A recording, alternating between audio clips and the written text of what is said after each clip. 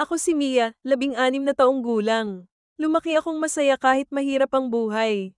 Nakatira kami sa maliit na bahay kasama ang aking nanay, tatay, at si Tito Romy, ang bunsong kapatid ng aking ama.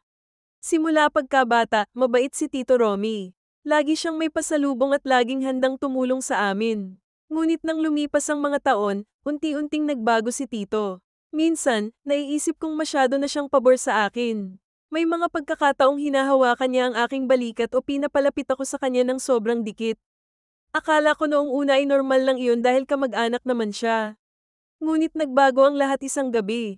Mag-isang umuwi si Tito mula sa inuman. Nasa kwarto ako at nagbabasa ng libro nang bigla siyang pumasok. Nakita ko agad sa mga mata niya na may kakaiba. Mia, kamusta? Gising ka pa pala, sabi niya habang naupo sa gilid ng kama ko. Oo, Tito. Nagbabasa lang po, sagot ko na medyo kinakabahan. Bigla niyang hinawakan ang braso ko. Ang laki mo na dalaga ka na, Dalaga ka na, sabi niya habang lumalapit pa. Naramdaman ko ang takot na gumapang sa buo kong katawan. Agad kong tinanggal ang kamay niya at tumayo. Tito, may kailangan po ba kayo? Tanong ko, pilit na iniwasan ng kaba. Pero hindi siya tumigil. Pinalapit niya ako ulit. Sa puntong iyon, napagtanto ko na hindi tama ang ginagawa niya. Lakas loob akong tumakbo palabas ng kwarto at sumigaw. Narinig ni tatay ang ingay at agad na pumunta sa kwarto ko. Pagkakita kay Tito Romy na parang wala sa sarili, nagduda na si tatay. Kinabukasan, nag-usap kami ni nanay at tatay. Ikinwento ko ang lahat ng nangyari.